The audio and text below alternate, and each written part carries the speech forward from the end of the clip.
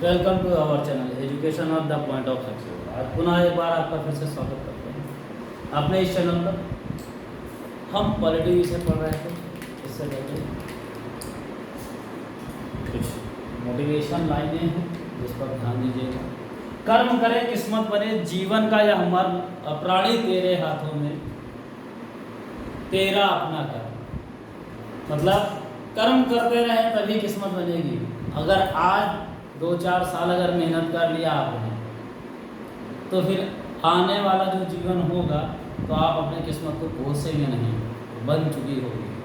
ठीक है, और आपके ही अपने हाथों में अपने जो अपना कर्म है उसी के तहत आप अपने जीवन को बना सकते हैं। इसी लाइन के साथ आज हम शुरुआत करते हैं पॉलिटी में। पढ़ाई अच्छी हो रही होगी, उम्मीद करते हैं। ठीक है, तो हमने पॉलिटी में प्रस्तावना देख लिया था, संविधान के स्रोत पर चर्चा कर ली थी। आगे हमारा टॉपिक अब हम सीधा अपने संविधान पर आते हैं और पहले भाग पर आते हैं। पहला भाग हमारा क्या है? भाग ए। क्या? भाग ए। भाग एक में किस अनुच्छेद से किस अनुच्छेद तक का है? भाग एक कैसे किस अनुच्छेद से किस अनुच्छेद तक का है? तो ये आर्टिकल नंबर अनुच्छेद 1 से अनुच्छेद 4 तक है। क्या? अनुच्छेद 4 तक। अब भाग 1 और अनुच्छेद 1 से अनुच्छेद 4 के बीच में दिया क्या है? तो उसमें दिया हुआ है संघ और उसके राज्य क्षेत्र, यानी भारत क्या होगा? संघ होगा और उसके राज्य क्षेत्रों के बारे में दिया गया है। क्या? भाग 1 क्या है? संघ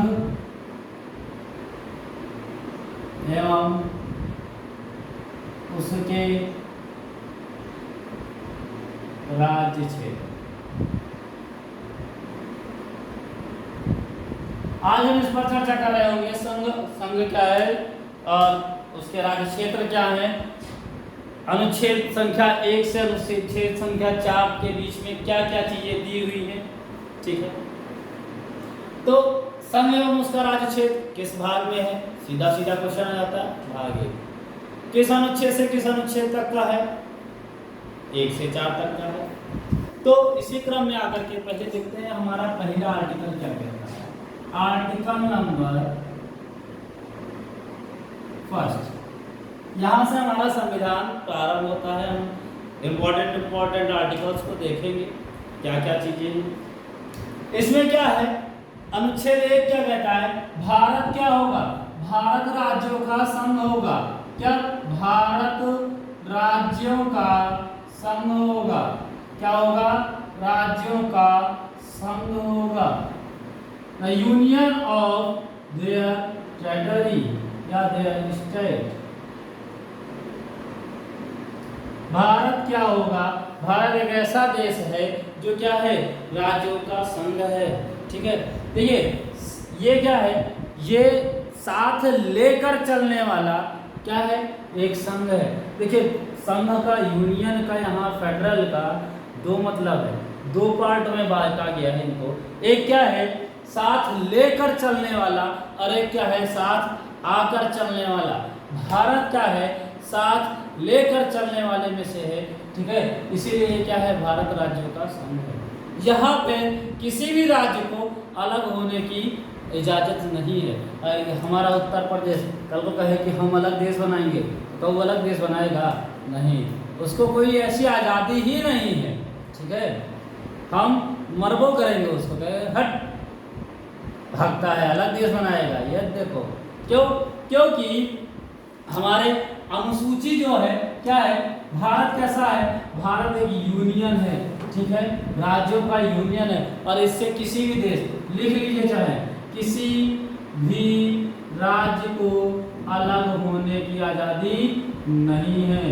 राज्य को अलग होने की आज़ादी नहीं है। यानी आर्टिकल नंबर 1 क्या कहता है? राज्यों का संघ होगा, कोई भी राज्य अलग नहीं हो सकते हैं। हाँ, हम दूसरे और राज्यों को मिला सकते हैं और मिलने के बाद में जाने तो नहीं देंगे। हाँ, कुछ कर लोगे, जाने तो नहीं देंगे। जैसे इस बार पेट की परीक्षा में 80 नंबर से नीचे हम जाने तो नहीं देंगे। जब 80 नंबर से नीचे जाने तो नहीं देंगे, फिर कुछ कर लो, ठीक है। तो पढ़ाई ऐसी रखिएगा, ठीक है। इसमें क्या है, कोई भी देश, कोई भी राज्य इस देश से अलग नहीं हो सकता है। और इसी में देखिएगा एक क्या है, मैं सारे तथ्यों को लेकर के चलूंगा। अनुसूची 1 क्या कहती है, अनुसूची 1 में क्या वर्णित है, उसमें भारत के 28 राज्य और केंद्र शासित प्रदेश। यहाँ सबसे ज्यादा लोग भूल जाते हैं, क्या क्या केंद्र शासित प्रदेश हैं, 8 यूनियन टेरिटरीज हैं, 8 केंद्र शासित प्रदेश, ठीक है। देखिए पहले क्या हुआ, 7 केंद्र शासित प्रदेश थे, फिर 2 केंद्र शासित प्रदेश जम्मू कश्मीर और लद्दाख को बनाया गया। फिर क्या हुआ, दादरा नगर हवेली और दमन दीव को इकट्ठा मर्जी कर दिया गया, तो 8 बचे। तो 8 केंद्र शासित प्रदेश हैं और 8 राज्य हैं। ये किसमें वर्णित है, हमारे अनुसूची 1 में। भारत राज्यों का संघ है अनुच्छेद 1 में। राज्यों की संख्या किस अनुसूची में, अनुसूची 1 में। अनुच्छेद नंबर 1 से अनुच्छेद नंबर या संघ या उसका राज्य क्षेत्र अनुच्छेद 1 से अनुच्छेद 4 तक किस भाग में है, भाग 1 में है, ठीक है। कोई दिक्कत, कोई समस्या नहीं है। आगे देखिए, अनुच्छेद नंबर 2 क्या कहता है हमारा, आर्टिकल संख्या 2 क्या कहती है, आर्टिकल संख्या 2 क्या कहती है, कहती है संघ में हम क्या करेंगे, नए राज्यों का प्रवेश कराएंगे। क्या हमारे, जैसे हमने क्या कहा था, इससे कोई राज्य अलग नहीं हो सकता है, किसी दूसरे राज्य को हम मिला सकते हैं। संघ में नए राज्यों का प्रवेश, क्या नए राज्यों का प्रवेश, ठीक है। वो भी कैसे, आउटर स्टेट, कौन से, जो भारत के नहीं है। आउटर बॉडी को हम क्या कर सकते हैं, या आउटर बॉडी यानी एक्सटर्नल स्टेट को कह सकते हैं, क्या एक्सटर्नल एरिया को, कोई भी एरिया है। अब सोचिए, अब ये बांग्लादेश वाला है ना, आधा बांग्लादेश वाले को हम खींच लें अपने में, वो कहे कि हम भारत के साथ जाएंगे, बिल्कुल आ जाओ, मोस्ट वेलकम, लेकिन आओ तो, अब जाएगी तो बता, क्यों जाने नहीं देंगे, क्यों, क्योंकि भारत राज्यों का संघ है, लेकिन जोड़ सकेंगे बिल्कुल। हम क्या करते हैं, साथ लेकर चलने वाले हैं, ठीक है, कोई भी आओ, ठीक। तो क्या कैसा, ये क्वेश्चन याद रखिएगा, क्योंकि आर्टिकल नंबर अभी 3 भी समझाऊंगा। तो संघ में नए राज्यों का प्रवेश या फिर नए राज्यों की स्थापना, राज्यों की स्थापना, क्या राज्यों की स्थापना, ठीक है, कोई दिक्कत, कोई समस्या नहीं मुझे। अभी क्या है इस पर, और क्या कहता है ये, संसद कानून बना सकती है, क्या कर सकती है, संसद कानून बना सकती है।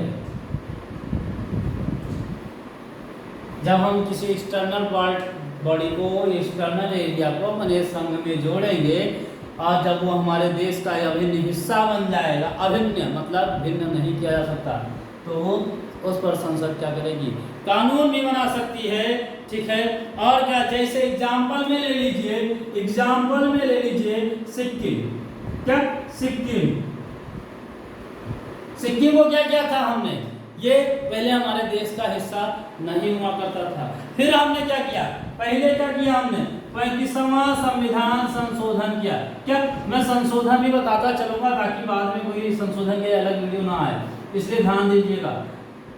संविधान संशोधन किया, कौन सा, 35वां संविधान संशोधन करके सिक्किम को हमने क्या किया, 35वां संविधान संशोधन 1975, क्या 1975 नहीं, 1975 में तो 36वां हुआ, 1974 में इसको सिक्किम को क्या किया हमने, पहले सह राज्य का दर्जा दिया, क्या सह राज्य का दर्जा दिया, ये अभी पूरी तरीके से हमारा नहीं है, सह राज्य है।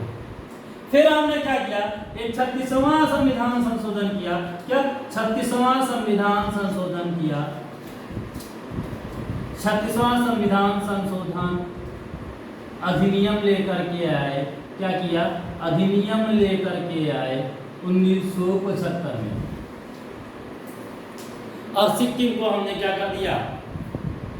सिक्किम को हमने क्या कर दिया? राज्य का दर्जा दे दिया, पूर्ण राज्य का दर्जा।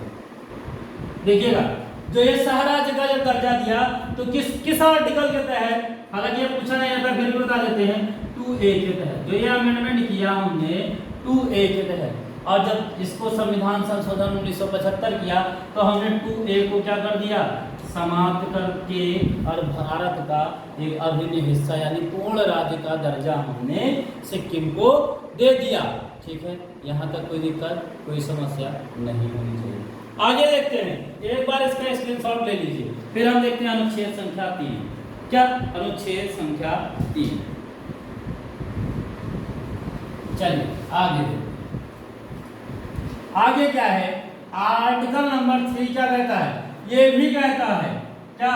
राज्यों के स्थापना या राज्यों का प्रवेश। अब आप कहेंगे राज्यों का प्रवेश को सर जी भी आर्टिकल नंबर 2 दिया, या राज्यों की स्थापना कह दें। क्या? राज्यों की स्थापना। क्या? आर्टिकल नंबर 3 क्या कहता है? आर्टिकल नंबर 3 क्या कहता है? राज्यों, नए राज्यों की स्थापना। क्या? नए राज्यों की स्थापना। आप देखिए, आप तो पढ़ गए ना चक्कर में। आर्टिकल नंबर 2 भी कहता है नए राज्यों की स्थापना, आर्टिकल नंबर 3 भी कहता है नए राज्यों की स्थापना।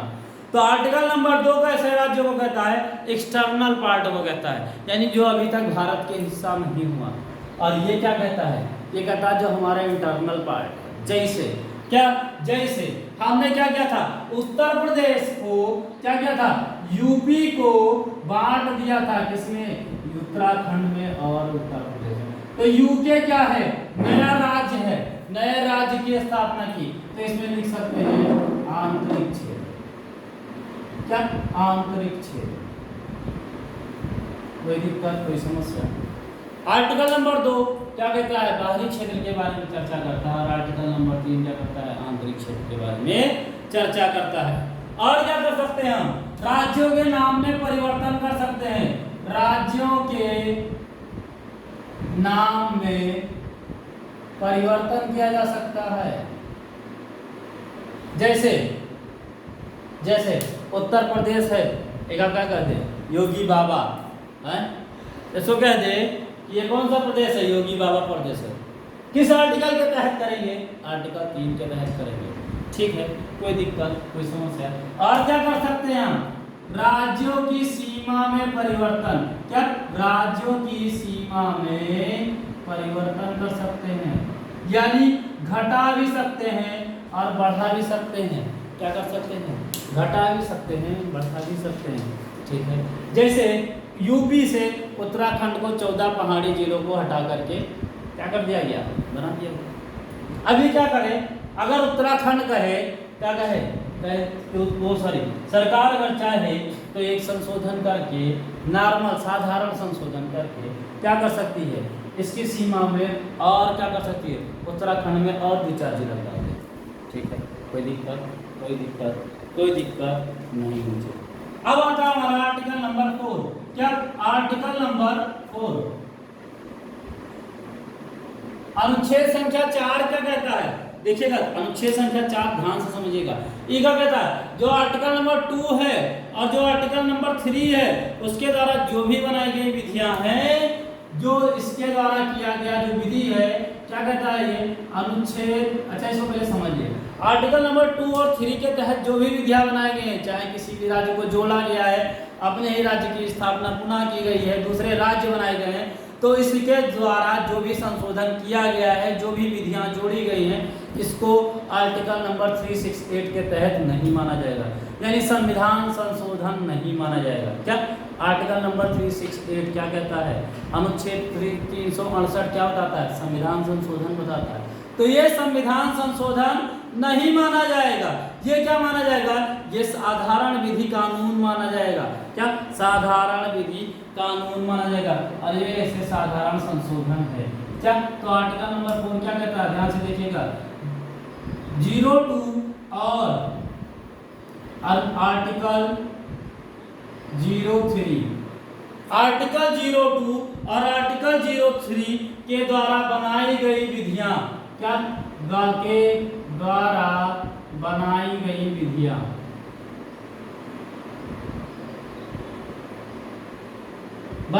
विधियां क्या होंगी? 368 अनुच्छेद 368 के तहत नहीं मानी जाएगी, के तहत संशोधन नहीं मानी जाएगी।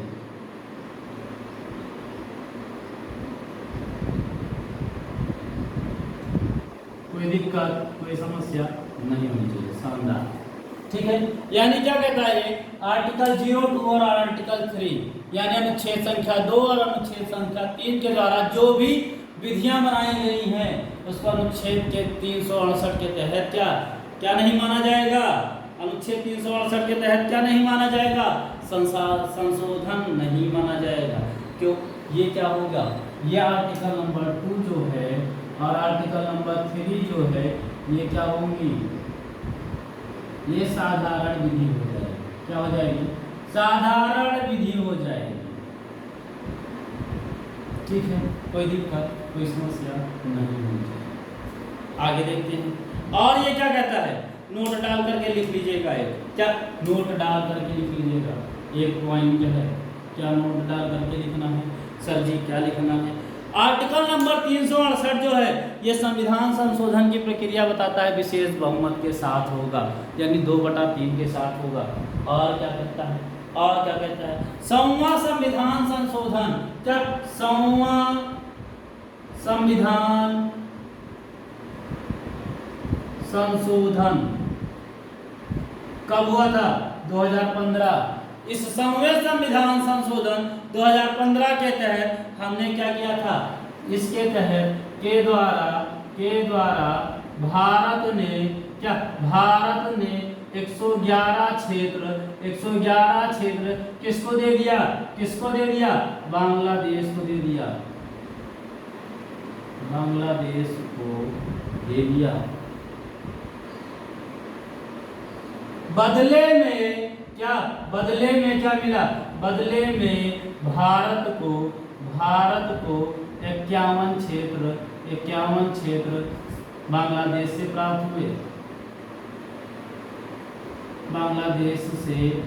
हुए। ठीक है, कोई दिक्कत, कोई समस्या नहीं होगा। फिर क्या है? ये हो गया। आगे देखते हैं।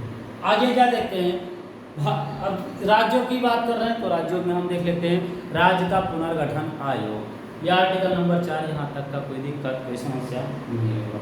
अब राज्यों का पुनर्गठन कैसे हुआ, क्या हुआ, इसका एक बार स्क्रीनशॉट आप लोग ले लें ताकि फिर आगे चर्चा किया जाए। चलिए, स्क्रीनशॉट आप सभी ने ले लिया होगा। आगे देखते हैं राज्यों का पुनर्गठन कैसे क्या हुआ। जब आर्टिकल्स की बात की है यहाँ पे तो अब हम देखेंगे राज्यों के पुनर्गठन के बारे में। ठीक है, क्या, कब, कैसे, क्या हुआ। भाषाई तौर पर पहला बनने वाला राज्य कौन सा रहा?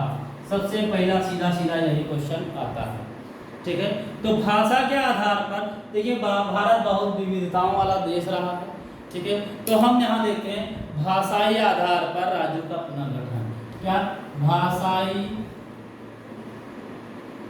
आधार पर राज्यों का पुनर्गठन। अब कैसे क्या हुआ? देखिए, सबसे पहले क्या हुआ? धर आयोग आया। क्या आया? धर आयोग आया। पहले क्या आया? धर आयोग। इसके अध्यक्ष कौन रहे? धर आयोग के अध्यक्ष कौन रहे? यस के धर। क्या अध्यक्ष कौन रहे? यस के धर।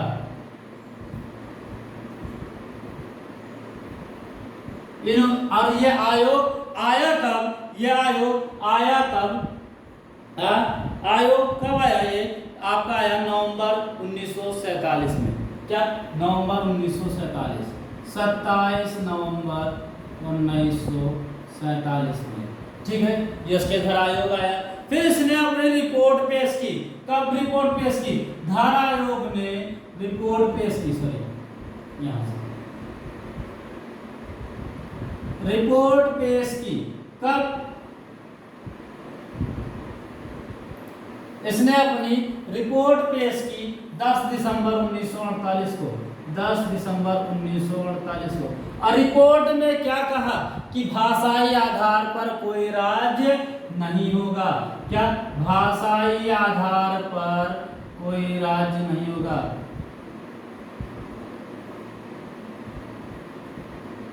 चलिए ठीक है, यह आ गया। धर आयोग के बाद में अगला आयोग फिर आता है जेवीपी आयोग। जेवीपी आयोग, ठीक है। इन्होंने तो बताया भाषाई आधार पर राज्य नहीं होगा, ठीक है। और क्या बताया? इन्होंने कहा आर्थिक स्थिति के आधार पर, भौगोलिक क्षेत्र के आधार पर धर आयोग ने कहा राज्य बटेंगे। फिर जेवीपी आयोग आता है, और जेवीपी आयोग ये कब आता है?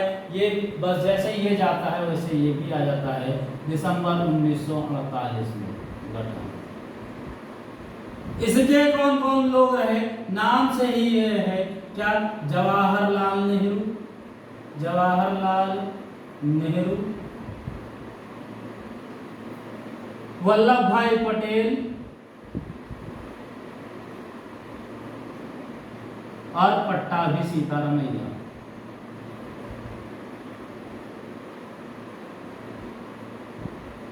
क्या?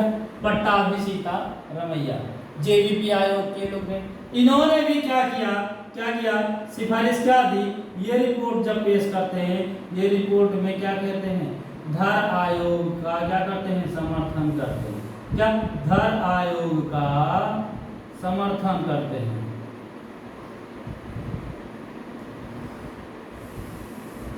ये भी कहते हैं कि भैया भाषा के आधार पर राज्य नहीं होगा। क्या? भाषा के आधार पर राज्य नहीं बनेगा। और रिपोर्ट कब पेश की इन्होंने? 1 अप्रैल 1949 को। रिपोर्ट कब पेश की? 1 अप्रैल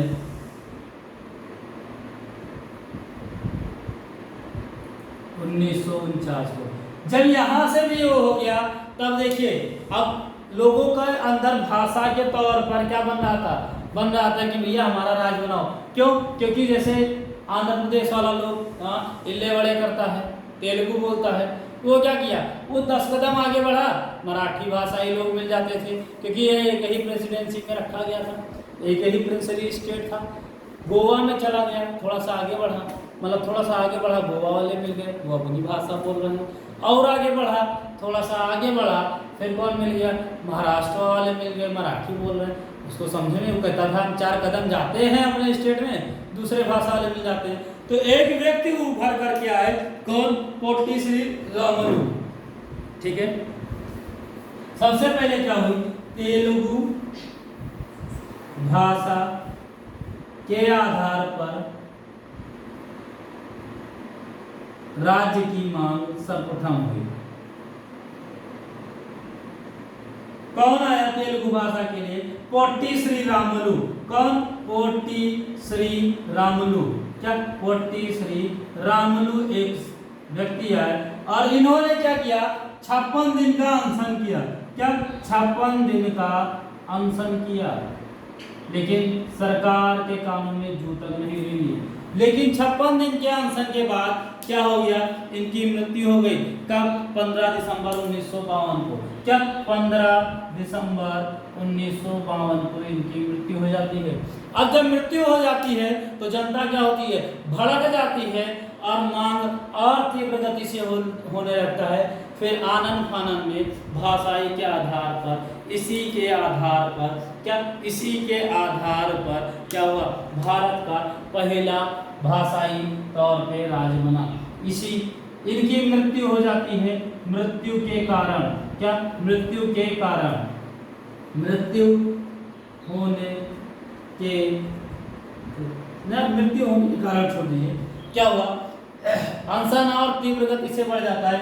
फिर 1 अक्टूबर, क्या 1 अक्टूबर 1953 पे, क्या 1 अक्टूबर 1953 को भारत का पहला भाषाई राज्य बना। कौन? आंध्र प्रदेश। कौन बना? आंध्र प्रदेश बना। ठीक है, ठीक है, शानदार, लाजवाब। ठीक है, अब जैसे आंध्र प्रदेश बन गया, तो इसे एक का मांग जैसे पूरा हुआ ना, जैसे मराठा वाला अलग चिल्लाने लगा, पंजाब वाला पंजाबी, साडा हमारा भी राजा लगता है, हाँ, ऐसा बोलने लगा। फिर दक्षिण भारतीय लोग और भी अलग मांग करने लगे, मराठी अलग मांग करने लगे, सब उड़िया अलग मांग करने लगे। अब जैसे एक का मांग पूरा हुआ, तो जवाहरलाल नेहरू ने तो सोचा कि यार एक ठूट दबा देते हैं, इसको बना देते हैं, मामला शांत होगा। और जैसे ही का बनाए, जैसे मतलब खोपड़ी में अपने आप है मुझे मार वाले कर लिए। जैसे इसको बनाया, मांग तेजी से बढ़ गई, और क्या हुआ, इसी के बाद भाषाई तौर पर मांग तेज बढ़ने लगी।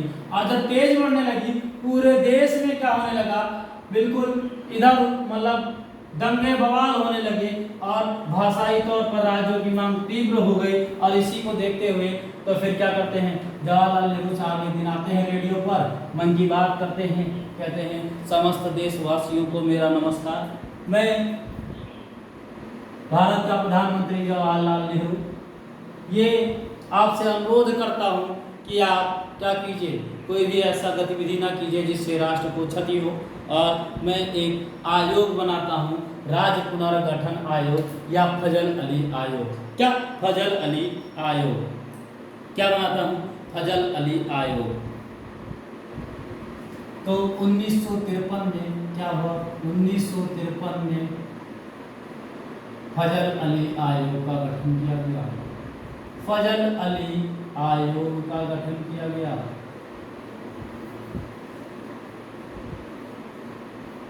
ठीक है, क्या जस्टिस फजल अली आयोग का मैं गठन कर रहा हूं, और इस आयोग के द्वारा कैसे कौन कौन से राज्य बनाए जाएंगे, आप लोग शांति रखें, धैर्य रखें। इस आयोग की रिपोर्ट आएगी जैसे हम राज्यों का वितरण कर देंगे। ठीक है, जनता मान गई। फजल अली साहब क्या बनते हैं, फजल अली आयोग जैसे है तो इसी के क्या बनते हैं, अध्यक्ष कौन होता है, अध्यक्ष फजल अली होते हैं। कौन होता है? फजल अली, जस्टिस फजल अली। ये पेशे से क्या रहते हैं, न्यायाधीश होते हैं ये, और इन्हीं को बनाया जाता है। और इन्होंने अपनी रिपोर्ट पेश की, इन्होंने अपनी रिपोर्ट पेश की 2 साल बाद। क्या किया? आयोग ने रिपोर्ट पेश की। कब पेश की?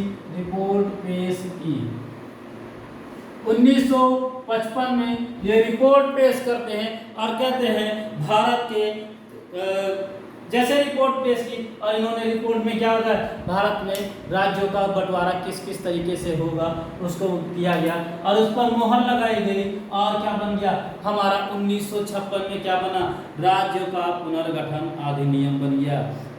क्या हुआ? रिपोर्ट के आधार पर क्या बना, राज्य पुनर्गठन अधिनियम 1956 बना। फजल अली आयोग का अन्य नाम भी है, क्या? राज्य पुनर्गठन आयोग, राज्य पुनर्गठन आयोग। इसको राज्य पुनर्गठन आयोग भी कहते हैं, और फजल अली आयोग भी कहते हैं। 1953 में इस आयोग का गठन हुआ। अध्यक्ष कौन रहे? फजल अली साहब रहे, और इन्होंने रिपोर्ट पेश की 1955 में। और 1955 में जब ये रिपोर्ट पेश करते हैं, 1956 में एक अधिनियम बन जाता है, और इसमें रिपोर्ट में क्या दिया हुआ था कि भारत में 16 राज्य और 3 केंद्र शासित प्रदेश होंगे।